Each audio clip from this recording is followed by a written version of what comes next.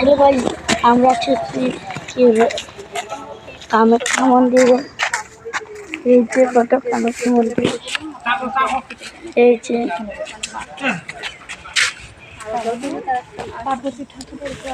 এই যে আমরা এসেছি, আমি দিদি মা আরেকটা দিদি এসেছি।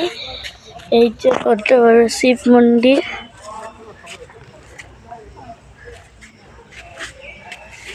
ঘোলা হচ্ছে কেন?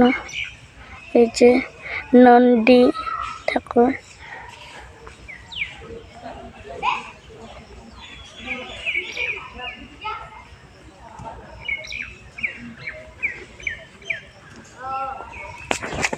এই যে আমি এখন যাব